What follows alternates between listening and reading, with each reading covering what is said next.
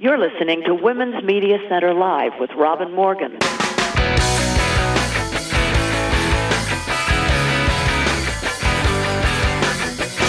Welcome to Women's Media Center Live.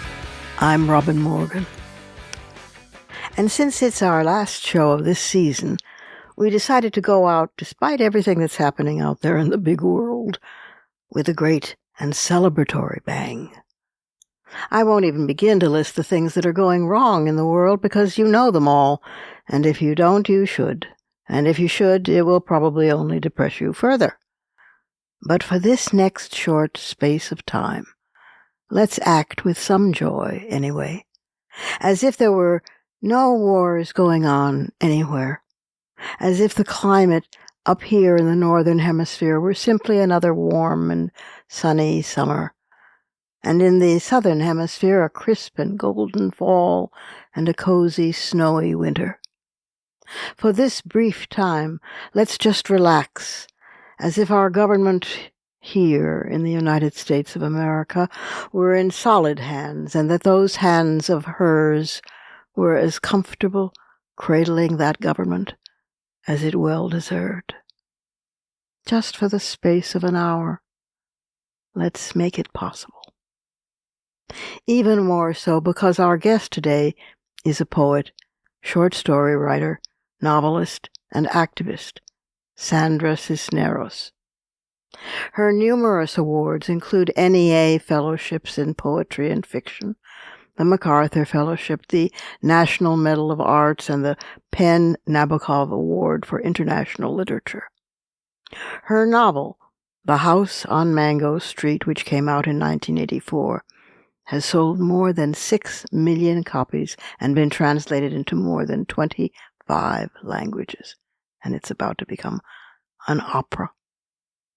A new book, Martita, I Remember You, Martita, Te Recuerdo, a story told in English and in Spanish, was published in 2021.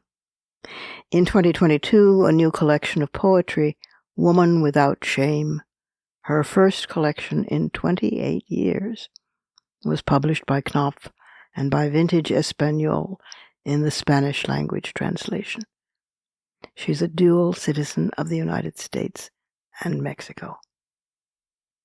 And I'll return after an extended conversation with and poetry reading by Sandra Cisneros, right after this brief message.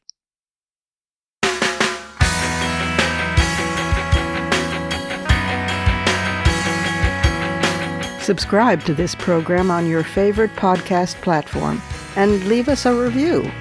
Follow us on Twitter at WMC Live, like our Facebook page at facebook.com/WMC Live, and visit us at WMCLive.com for more information about our show and our guests. You're listening to Women's Media Center Live with Robin Morgan.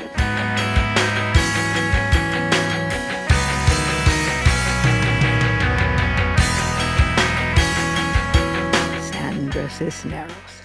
Welcome to Women's Media Center Live. It's a great pleasure to have you here. Well, thank you, Robin, for having me. It's an honor for me to be here talking to you this morning. Oh, this is a real treat. Poet to poet, fiction writer to fiction writer, political being to political being, sister to sister. I mean, we're hitting all of the ripe point, and I couldn't enjoy it further. You've just come back from a whole series of trips to promote the new book of poems, I guess. Is that what it was for, or was it? No, actually, I went to promote the opera, and some personal time as well. So I've been gone for 30 days. I was in Chicago and I was in New York, and I was giving a commencement speech, which was the most difficult writing assignment I've had in my life at this time in history. And then I went to Oslo and Copenhagen and Sarajevo to visit friends and to visit the grave of a writer I admire very much, Hans Christian Andersen in Copenhagen. So it was a lifetime dream for me to get there. I've been waiting for someone to invite me, and no one invited me, and I'm 70 and I can still walk. I said, I better hurry up and get over there myself. So, and then my sister of my heart, Jasna Karaula Krasny, lives in Sarajevo. She's been my friend since before the Bosnian Wars. And so I went to see her. And then I went to see my friend, activist writer Susan Guerra in Oslo. So it was a trip for maybe I needed to recharge my spirit in this dark time in history. I think that's what it was about. Oh, well, it is a dark time in history. It's when I go abroad, I feel like I should wear, a sandwich board saying, I know I'm an American, but believe me, I'm in trouble with my government. I mean, something to make it clear that these policies, these positions are not. You should excuse the expression kosher. They are not American. They are not mine. They are not ours. And but it's a hell of a time. It's an It all is. It is. and people are looking for leadership, and they're looking for political voices, and they're looking for something to lead them out of this morass. And well, I want to start with that because I know that you started the foundation in the name of your father and the Makonda um, scholarship, or how Writer's Workshop. Yeah. writers workshop. Yeah, talk about those, Sandra. Well, when I was in Texas, I realized I was suddenly in a place where I could share my success. And I realized Texas didn't have the kinds of grants for writers that had helped me when I lived in Illinois. So I created a foundation named after my father, who was a very generous man. Even though he was an upholsterer, he was very generous to everyone.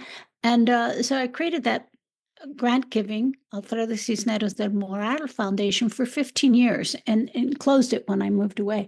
But the Macondo Writers Workshop, on the other hand, which was a gathering of writers that began in my back porch dining area, it has been in existence for 30 years. And Wow. we are gathering and celebrating our 30th anniversary this summer in San Antonio, with writers, activists from across the country coming for a little less than a week-long gathering.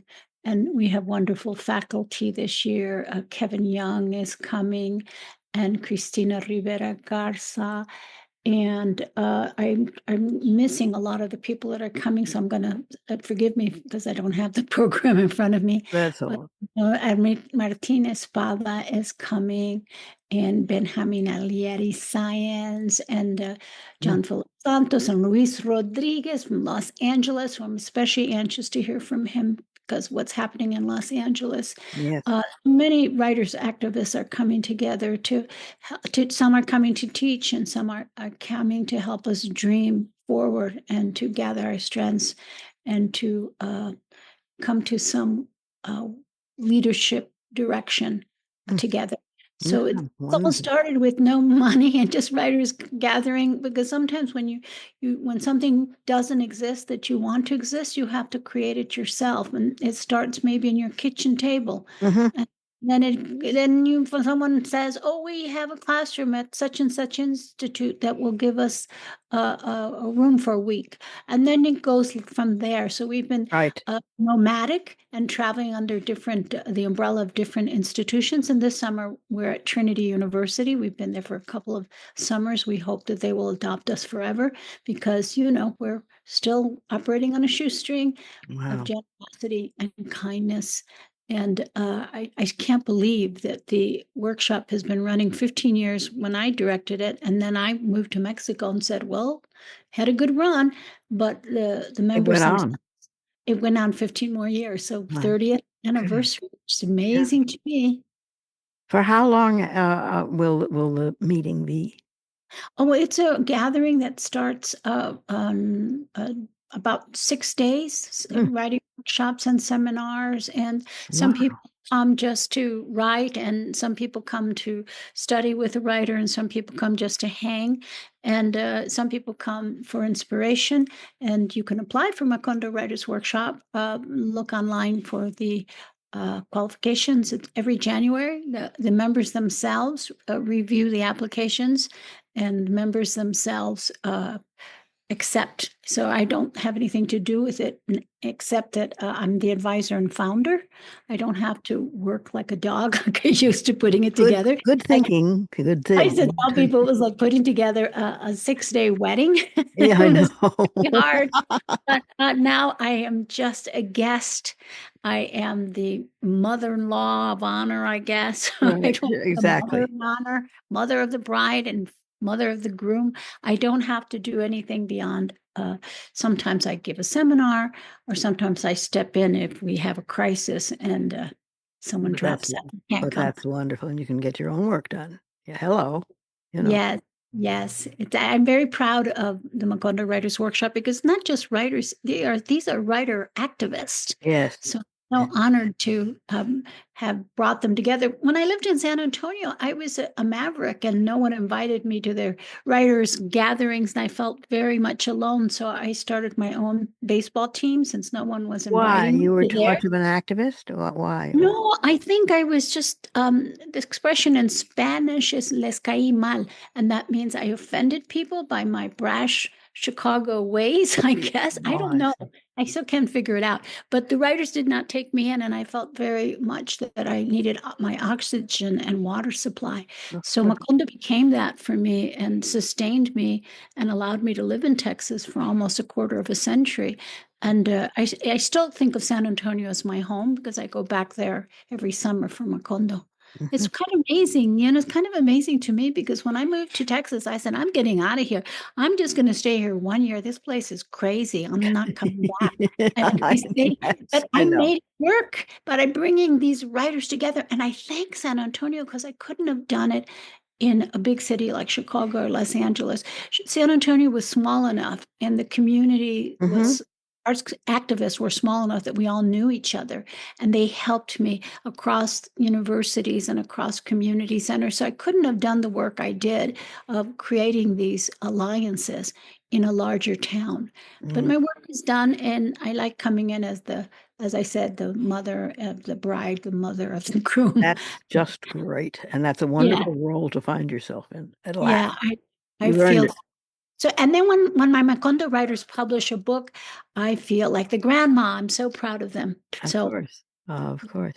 yeah. Well, that leads me to another question, which is a real thought I've had on and off all my life, a quarrelsome with myself thought, um, which is, you know, it isn't simple being both an activist and a writer, much less a poet, or much more a poet.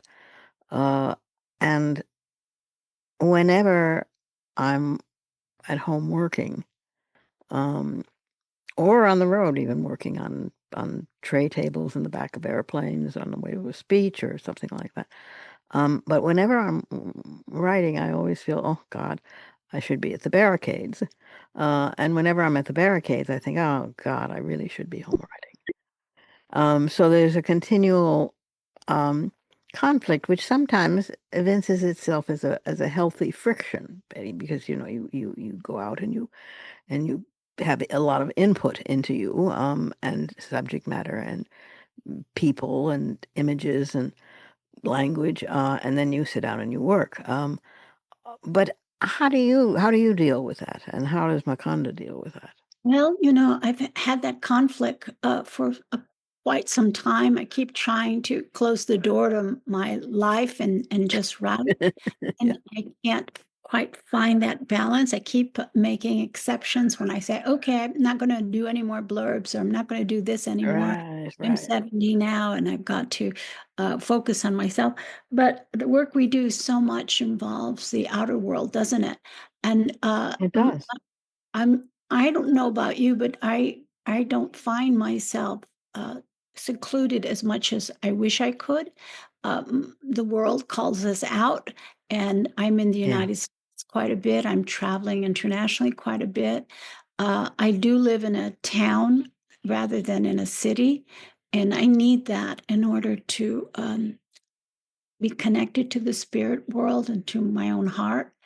But on the same time, I feel the responsibility as a writer, as a Mexican American, as a woman at this time in history, to respond to, especially when you're witnessing some brutalities, as we've witnessed with what's happening in Los Angeles and Right. the total uh, what would I call it?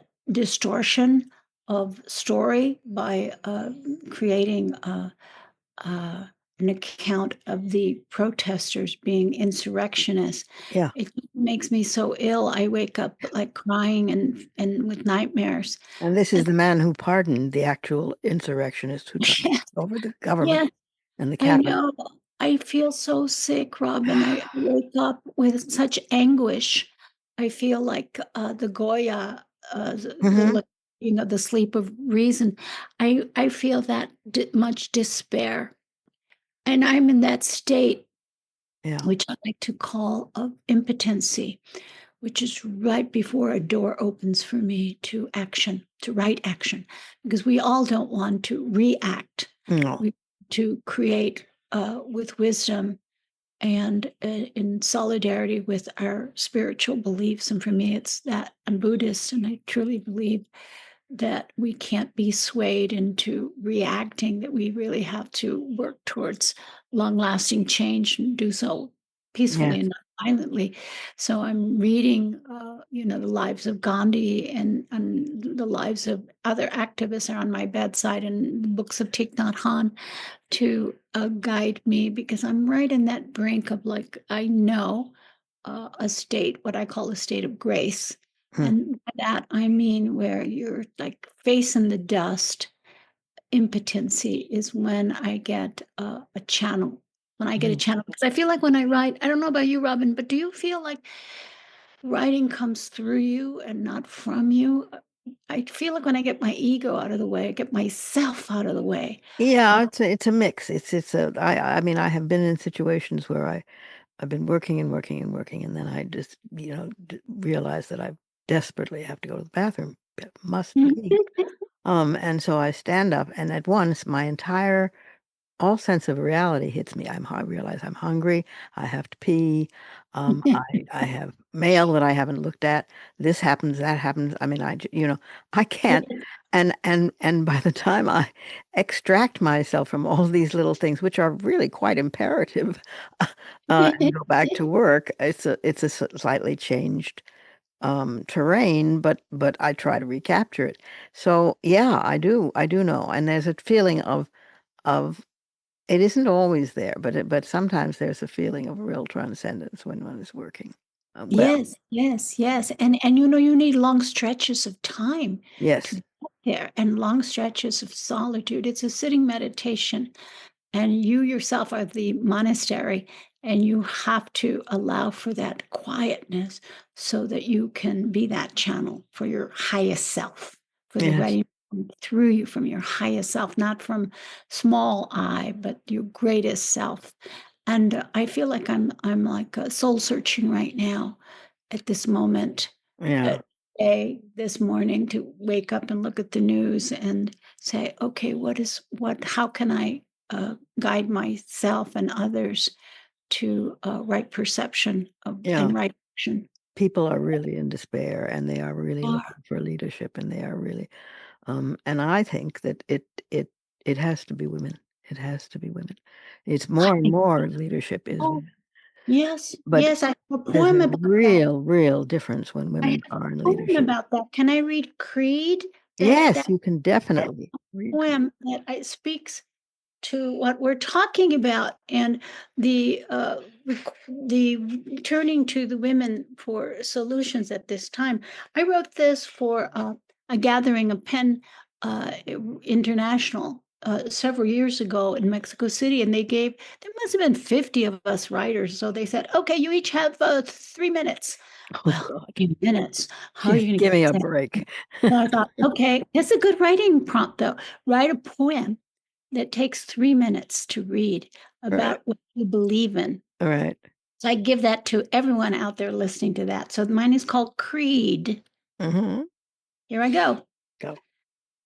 I believe I am God, and you are too, and each and every one, but only for a little. I believe God is love and love is God. And although some doubt God's existence, no one doubts the existence of love, even and especially those who have never met love. I believe we are capable of atrocities beyond imagination and equally capable of extraordinary God acts as well. I believe there's enough misery in the world, but also humanity. Just a bit more, I believe. I believe in the power of a thought, a word to change the world. I believe there's no greater sorrow than that of a mother who has lost her child. I believe in las madres de las madres, y la Santísima Madre, la Diosa Guadalupe.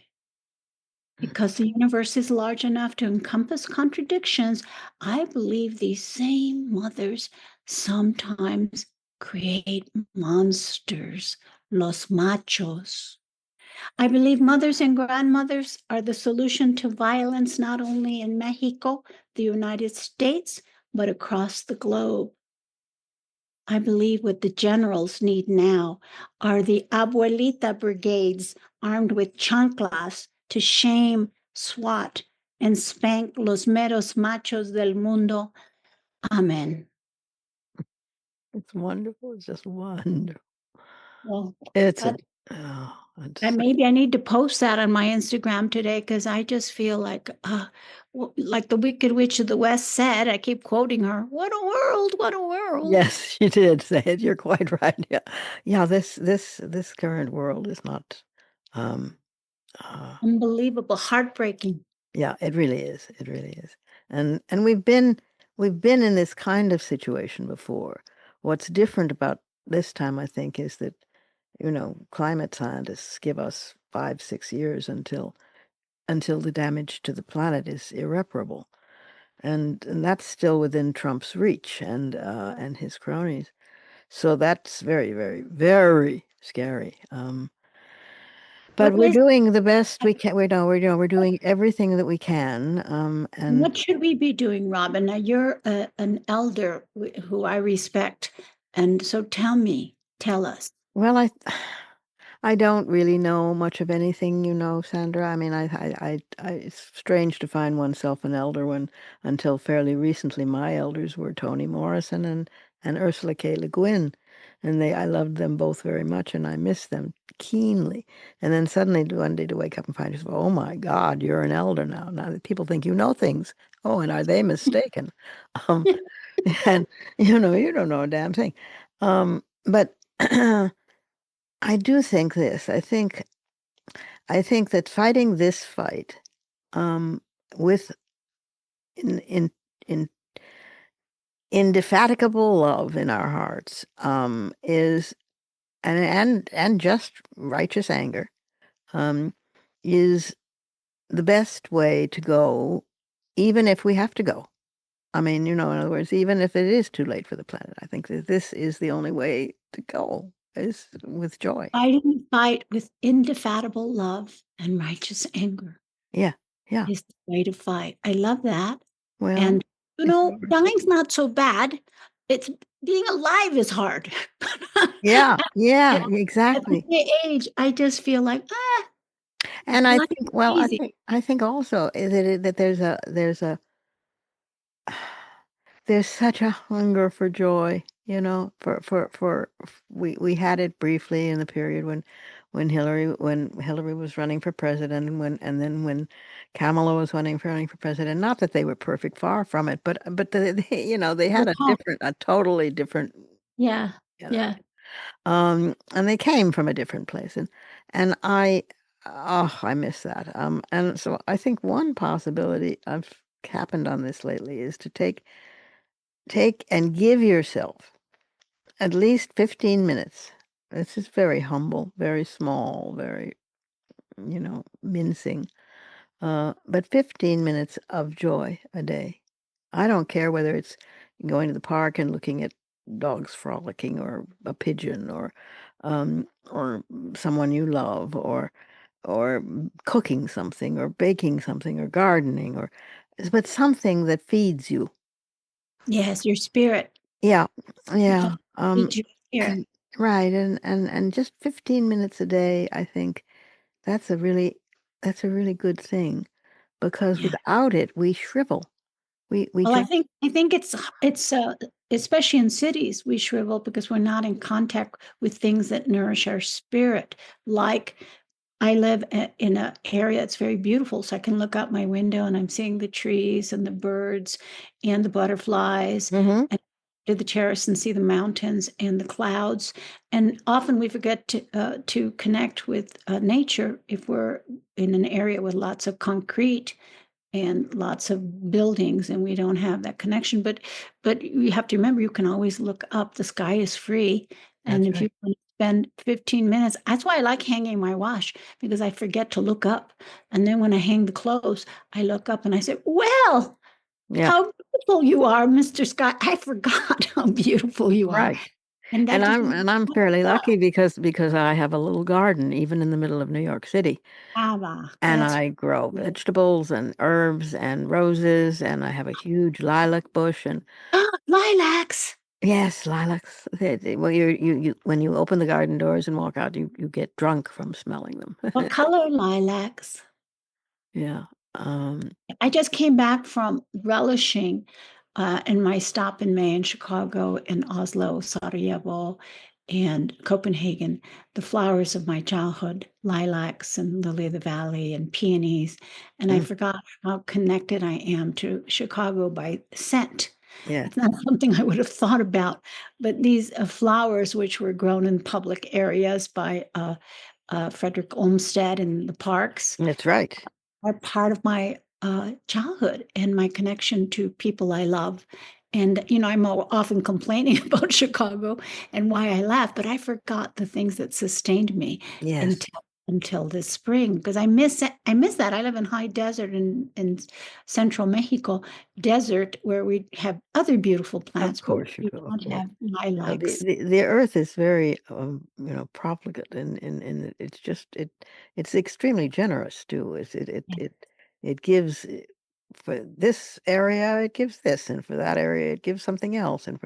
and but there's always something. I mean When I came home, Robin, I had put a Moroccan lantern. I'd taken it out of my room, and I said, "Well, where do I hang this?" Mhm. "Oh, I'll temporarily put it on the terrace under the cover of a little shade." I put it up there. When I came back in 30 days, there was a nest in there with Oh, two blue eggs the size of a set of pearl earrings that a woman would put on her earlobe. oh, And the bird had abandoned them because there was a lot of construction going on, oh, but I still felt so uplifted and happy, and it was a gift to me. I can't wait to lift it out. I had to wait to make sure the bird wasn't coming back, yeah, of but I'm course. gonna lift it out and put it on my desk, and that'll be Oh, how beautiful. I had a robin's nest, aptly named, in my garden last year. And Oh and my and it hatched, and the baby robin stood on the edge of the nest and shifted its weight from one leg to the other to desperately trying to call help, help. I'm trying to fly, and the parents swarmed around, and finally it did. They all flew off together. It was amazing. It was an absolute, and watching them take turns sitting on the nest was fantastic. and isn't Yeah, it I mean, it's nourishing? things like that.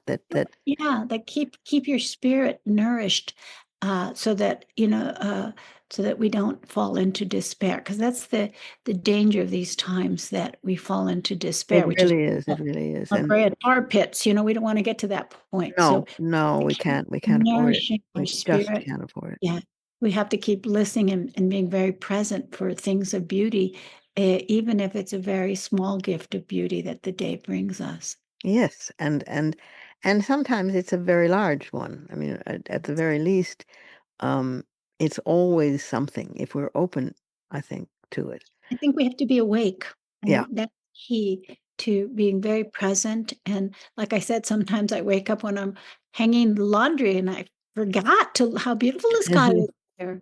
Oh, I just had to look up and admire the clouds and learn the lesson of the clouds that whatever's happening is going to move on and change tomorrow.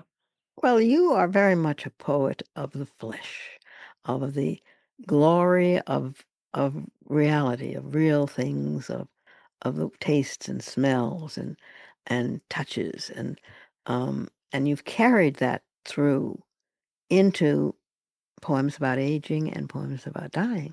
I mean, that's the amazing thing about your work. Well, there are many amazing things, but this is certainly one of them. And I wanted to ask if I could prevail upon you to read um, a poem called what was the one about be turning 50? And Yes. yeah, and also a great, an absolutely great poem called To Be Read at My Funeral. Yes, yes, I'm happy to read those too. It's funny because a lot of times when I write, I throw things metaphorically under the bed. I think of Emily Dickinson writing things and hiding them.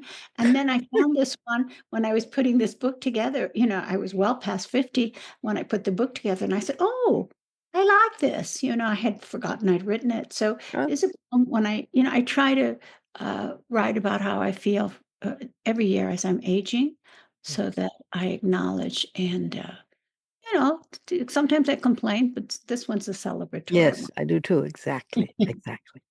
At 50, I am startled to find I am in my splendor. These days, I admit, I'm wide as a tule tree.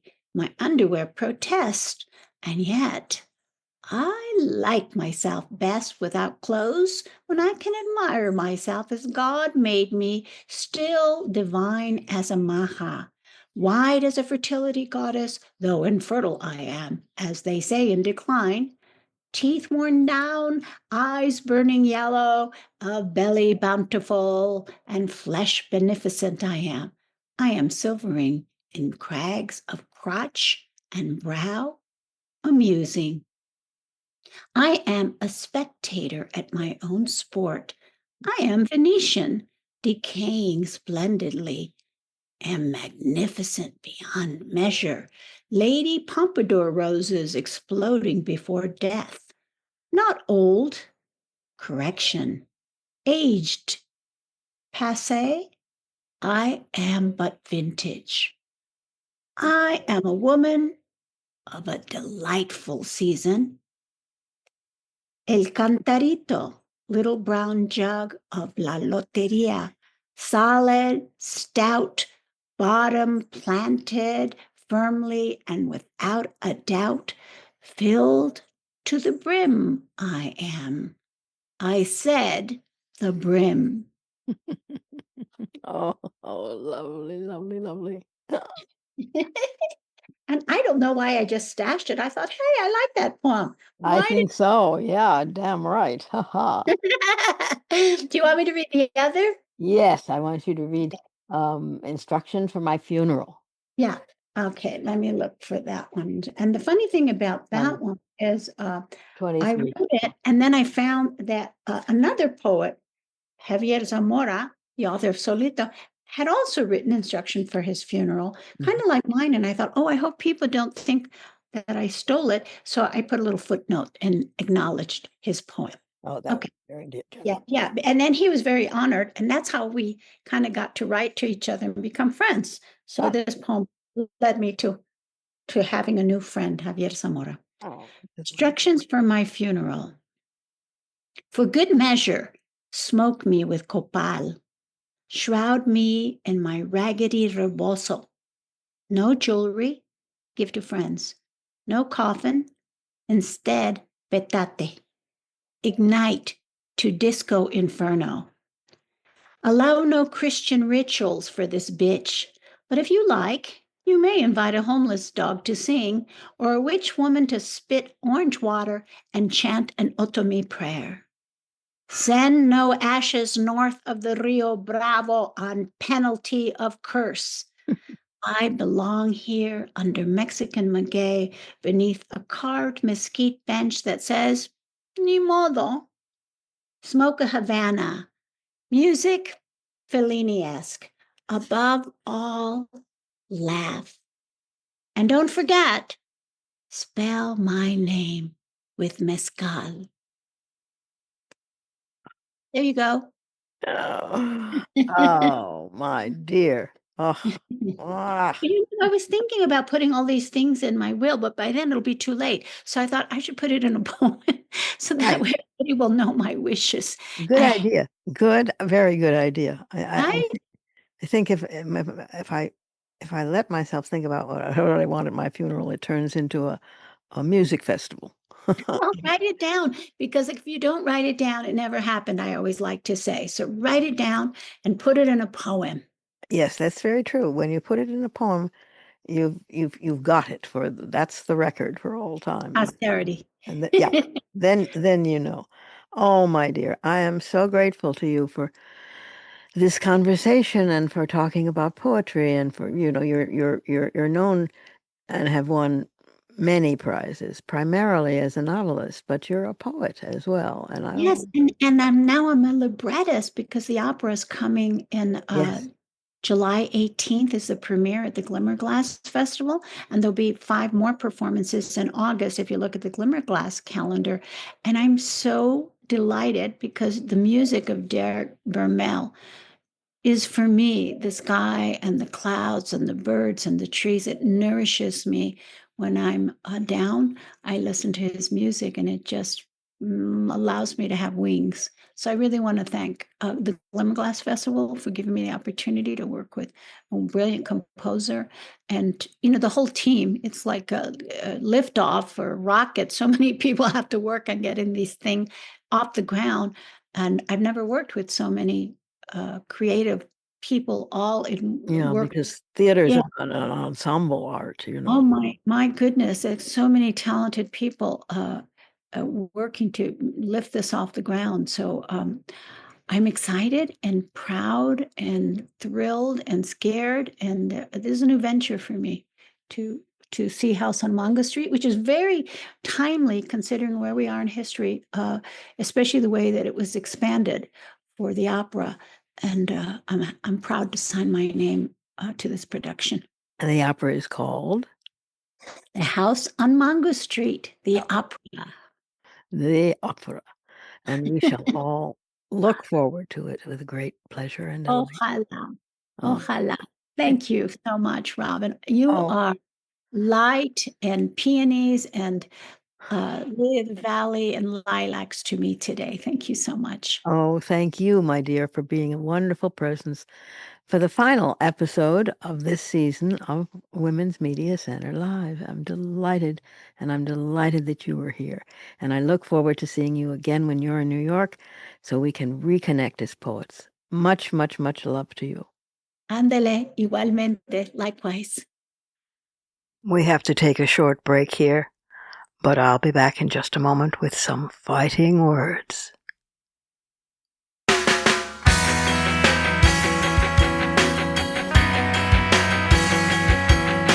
The Women's Media Center, founded in 2005 by Jane Fonda, Gloria Steinem, and myself, is a progressive, nonpartisan, nonprofit organization working to make women visible and powerful in media.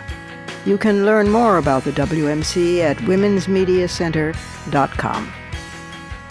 You're listening to Women's Media Center Live with Robin Morgan.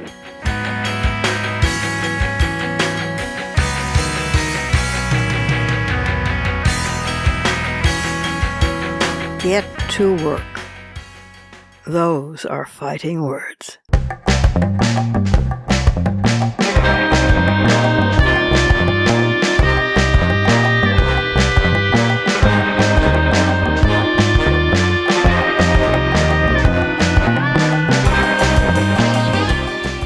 Like most everyone, I'm a great procrastinator. Not with those things that help me procrastinate other things, of course, but about the central thing, which in my life is writing. I don't procrastinate writing when I'm writing, naturally. That's when I procrastinate doing anything and everything else. But getting to writing, oh, that's another matter. Virginia Woolf called it the angel in the house. In her case, it was a housekeeping angel who insisted on everything domestic being absolutely finished before Virginia could possibly write a word, polishing all the serious company silverware, however rarely it got used, for example. You can see, if this kind of insanity infected even Virginia Woolf, how your average woman writer gets affected. And it's not only writers, but artists of all sorts. Duke Ellington, the great American composer, once snapped back at an aide who, in a fit of too much sympathy, had said to Ellington that clearly Ellington needed more time to finish a particular piece of music. Ellington's sharp retort was, "I don't need more time. What I need is a deadline." So, this summer, I'm boxing myself in by setting a deadline. The book of essays long promised will be finished by the end of this season, or else. If I can get myself on a roll, a real roll, and they do sometimes happen, I just might also finally complete the novel by then. There is a certain dignity to work that simply cannot be replaced or substituted for. It's a pride in accomplishment as well as an antidote to despair. And if you really dwell on it, it applies in all directions and for all purposes. So have a good summer. I'll see you in the autumn. And meanwhile, get to work.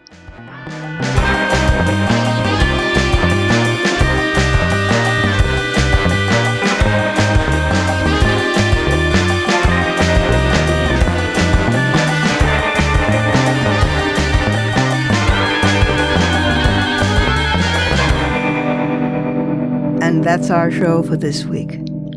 You can follow me on social media at The Robin Morgan. You can check out my blog at robinmorgan.net, and you can find my new novel, Parallax, and my just-out new book of poems, Harvesting Darkness, wherever books are sold. Portions of this program were taped earlier. Views expressed here do not necessarily represent the WMC. Here's the family for Women's Media Center Live. Executive producer, as well as founding and sustaining sponsor, Regina K. Scully. WMC president and co-executive producer for this program, Julie Burton. I'm Robin Morgan, your producer and host. Thank you for being with us. Join us next time on Women's Media Center Live.